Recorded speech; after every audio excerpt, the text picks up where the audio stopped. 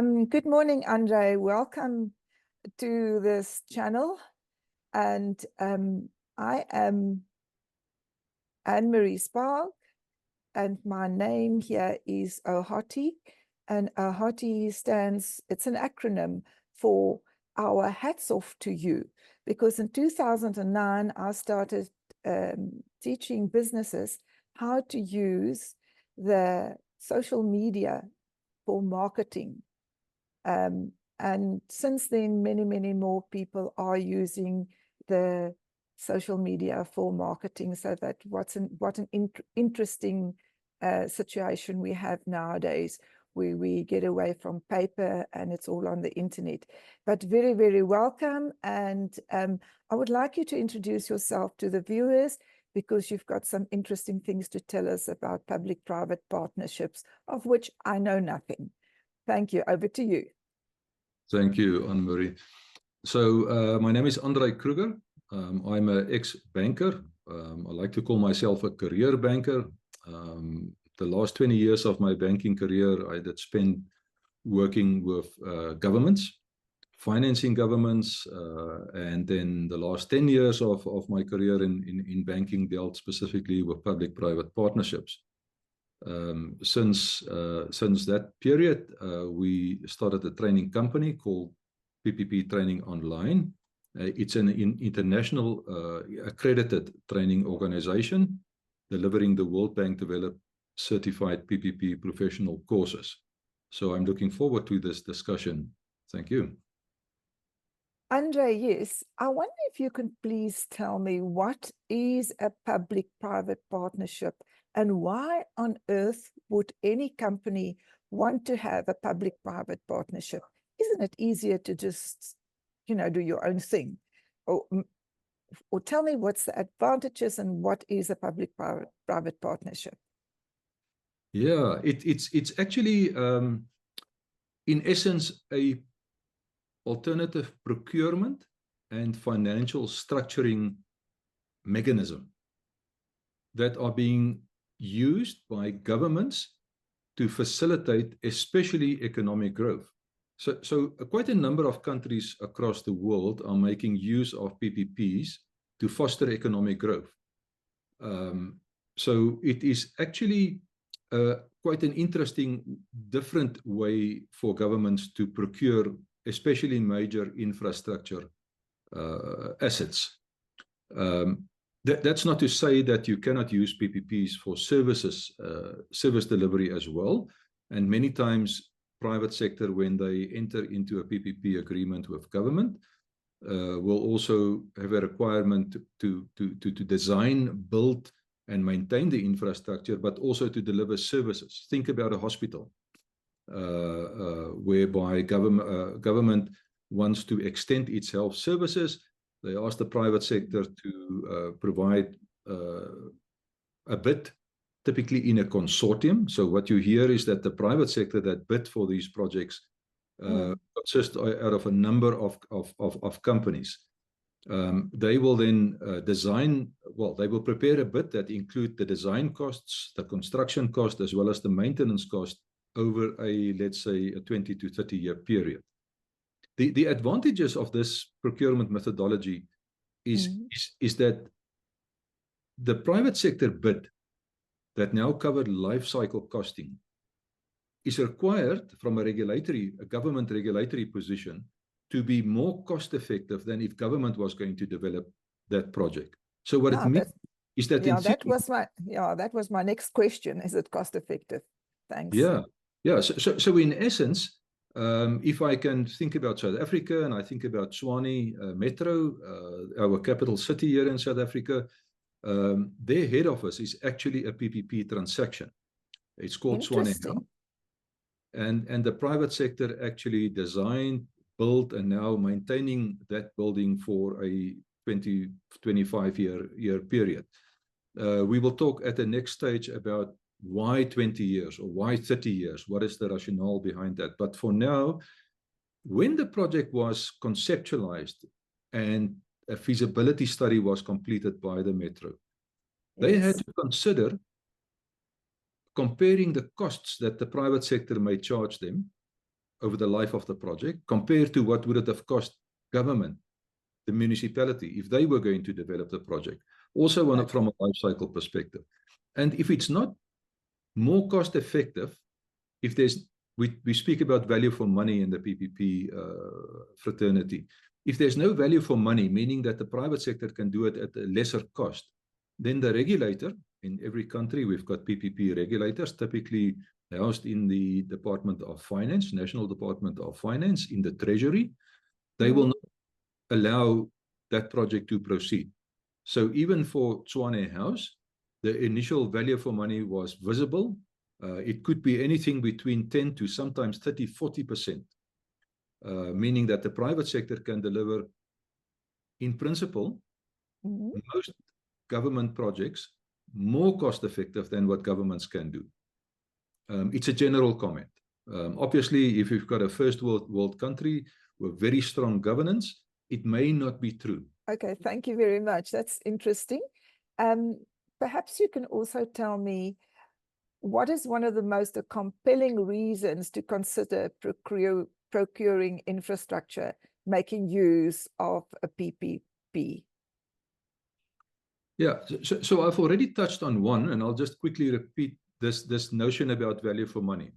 So a government entity typically will not be allowed by its regulatory authority to enter into a PPP if there's no value for money, except if the technology to be used within the project is of such a nature that it is fast developing. Think about solar and wind projects where technology is improving day by day.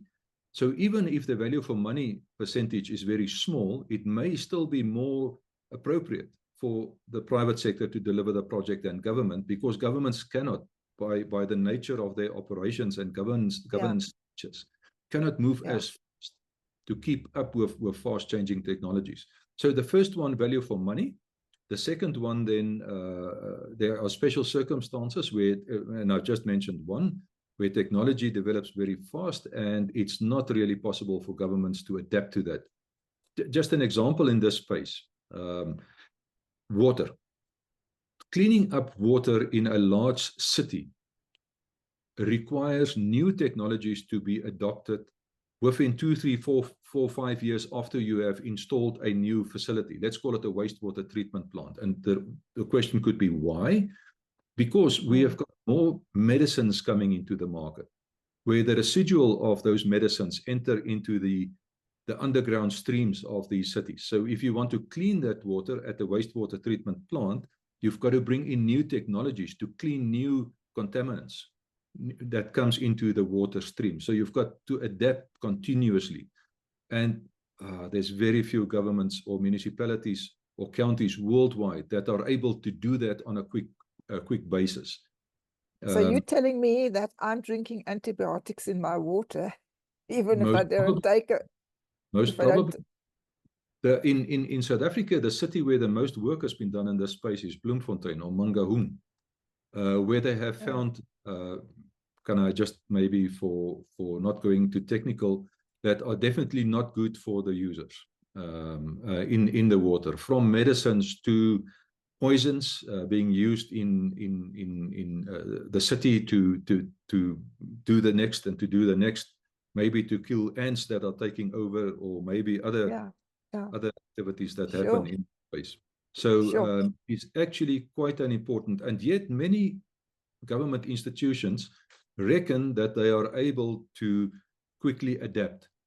Well, it's maybe not, hopefully they can, but in essence, it's a very tough job to do that for a government entity, especially again in South Africa, where we've got so few engineers left in the municipal environment. Sure. That's interesting and scary at the same time. Andre, can you tell me if there are any African countries, and if there are, how many countries have PPP frameworks? Yeah. That sometimes people are not really aware of how often other countries are making use of the PPP procurement mechanism. So in Africa, there's only 10 countries that does not have a PPP framework, meaning either legislation or regulations dealing with this procurement methodology. So most countries do have PPP frameworks. At the moment, we've got approximately 500 operational PPPs across the continent, across sectors. The three most pertinent sectors would be transport. That includes rail, road, logistics. Think about how Africa is developing. Countries are moving into a middle income group status. More and more goods are being transported. We need much improved logistics on the continent, and for that you need basic infrastructure, ports. So transport, a very big sector where they are making use of PPPs. The next one is electricity, energy, and you will understand that solar, wind, hydro projects, generating power from rivers, from the flow of the river, and then in East Africa, quite a number of gas PPP projects that are being developed. And then water. There's approximately 60 active PPP water projects on the continent. The most prominent one these days would be the one in Rwanda, in Kigali, a so-called bulk water PPP, whereby they are taking water out of a river running through Kigali, cleaning it up to a potable standard. Another interesting one, and I won't give too many examples, is in Botswana, where they are busy with a indirect water reuse PPP, similar to what's happening in Namibia already for a number of years, where you clean your treated wastewater to a potable standard and use that to augment your scarce freshwater resources. Yeah, so the three sectors then: transport, electricity or energy, and water, the most popular. And then again, there are many others in the social space as well: schools, hospitals, etc. So, Andre, can you perhaps name a few of these countries in Africa? And by the way, how many countries are there in Africa? I've got no idea. I think it's 54. There's some ambiguity around Somalia and there and that environment, but around 54 countries. And how many did you say now again? How many countries have 10. PPPs? 10 does not have. And it's does not have does not have PPP frameworks. Yeah. So the bulk of them has PPP framework. The countries that are actively pursuing PPPs, many in Northern Africa. Just listen to this. So in South Africa, we've got one or two very small desalination PPPs where we clean seawater. You can also clean brackish water, and they will be doing that in Botswana. In South Africa, we don't have a major desalination PPP. In Algiers, they've got 13, and they are busy with another 4 desalination PPP transactions already active. Egypt is busy with 45 desalination projects to be procured on a PPP basis. Many other Northern Africa countries are also in this space.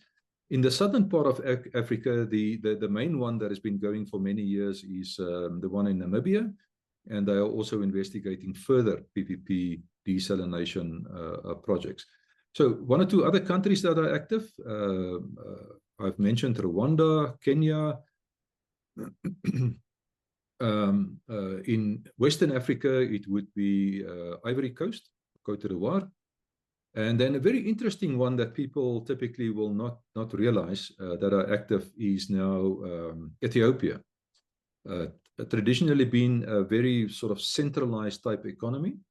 But since 3, 4, 5 years ago, that president that came in, the younger president came in and is changing. So one of the reasons for using PPP, I've mentioned that governments use it for economic growth. What is happening in that space is it has been a centralized economy for many years. And they are far behind in the delivery of quite a number of infrastructure projects. There's not enough money going around in that economy, government, to build these projects. So another key reason to use PPPs is to augment your own budgetary resources, for governments to augment their own budgetary resources.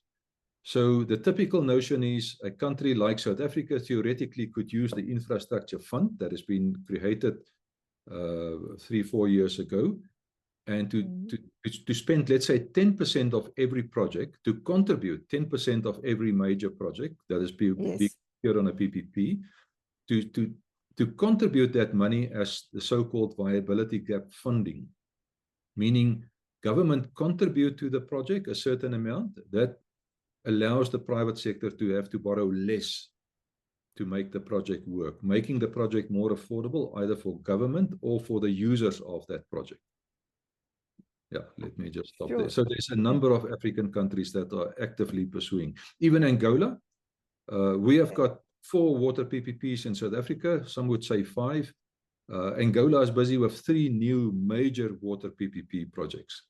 Angola also coming from a more centralized and weakly governed environment are now also following actively. All those around us, Mozambique, Botswana, Zimbabwe, Zambia, all of them are following PPPs quite actively. Very interesting. I just want to ask 2 more questions before we conclude. The one is there a term such as an unsolicited PPP? Yeah. Can you tell me more about that, please? So let's start quickly with general procurement. General procurement or traditional procurement means that government typically write the specs or get a professional to write the specs to build a new building, for example. Then they put that to market, and the private sector need to react based on the specifications provided by the government entity. So what that means also is that government retains all the risks of the project. If the specifications are incomplete or incorrect, the private sector need to build based on those specifications. In a PPP, the risks for design, build, maintenance, everything is transferred to the private sector, and they retain that. So your question concerns unsolicited bids. So government can get unsolicited bids in the traditional procurement space as well as in the PPP space. I'll stick to the PPP space for this comment. Best practice worldwide states that you do not easily accept an unsolicited bid from government's perspective. Best practice worldwide, and also being suggested in the Certified PPP Professional Program, best practice determines that you take that idea being provided by the private sector, the concept, not the detail, and you consider that internally, you develop a pre-feasibility study, a feasibility study as government, and then you put the project to market. You may want to give this an initial party that offered the unsolicited bid some benefit, and there's various ways and means where you can give them some benefits. It could be points, it could be a monetary benefit for them to also then to bid in a competitive scenario, especially in developing countries. It's actually where most PPPs go wrong, is unsolicited bids accepted by ill-informed government entities. Thank you very much. Then the last question is, if South Africa is the strongest economy in Africa, if that statement is true, then approximately how many PPPs do we have in South Africa? That's a very good question. So just the first point, South Africa's economy is not necessarily the strongest anymore. We may be 3rd or 4th. You may also know that the rand as our monetary unit is also by far not the strongest anymore in Africa. The economic situation in South Africa has deteriorated significantly over the last 20-odd years. So South Africa 20 years ago, 25 years ago, was one of the leaders worldwide in developing PPP. South Africa contributed to this international training material developed through the World Bank's support. And we have got approximately 150, 160 PPPs in South Africa. More than 100 of those would be IPPs, independent power projects, wind and solar projects. So if I can use this phrase, traditional PPPs for a hospital, for a road, for the Gautrain, for building, yes, is let's say around about 40, 50 projects. So we are still the leaders in the number of PPPs, but we are by far not the most aggressive in using PPPs, even although because the budget, we've got very strict budget challenges in South Africa. And for that reason now, South Africa is leaning more towards PPPs. It's not the ideal situation, because now South Africa will have to accept the fee structures offered by the private sector. The stronger your government when you go to market, the better the terms and conditions the private sector will offer. But still, it's a solution. It's a potential solution. So we have got a number of PPPs. We've lost this international standing about the strength of PPPs and et cetera, and we are also busy, our company PPP Training Online, to help capacitate government officials to regain our position as a leading country using PPPs to develop our economy. And just to reiterate or to get clarity on, you offer PPP training courses on the continent here, your company? Yes, we have trained more than 700. It's probably reaching 800 people across the continent.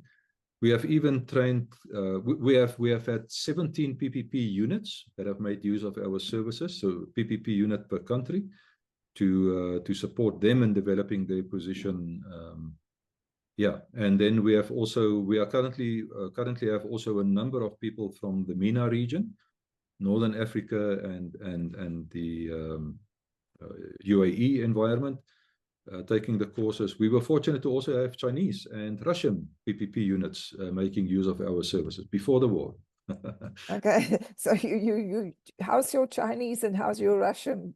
No, we had to do it in English. So by the way, we also deliver courses in French. We've got a French trainer, a project financier based in Paris, a Cameroonian colleague.